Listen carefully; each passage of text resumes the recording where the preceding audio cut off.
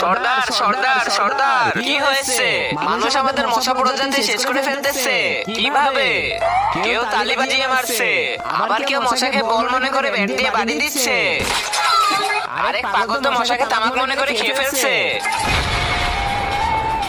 এই নে, জাদুই পানি খেয়ে নে। এটা খেয়ে তুই যাকে কামড়াবে সেই মানুষ থেকে মশা হয়ে যাবে।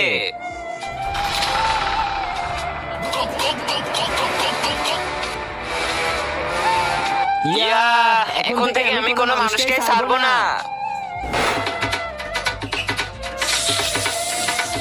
মশার দলে তোমাকে স্বাগতম।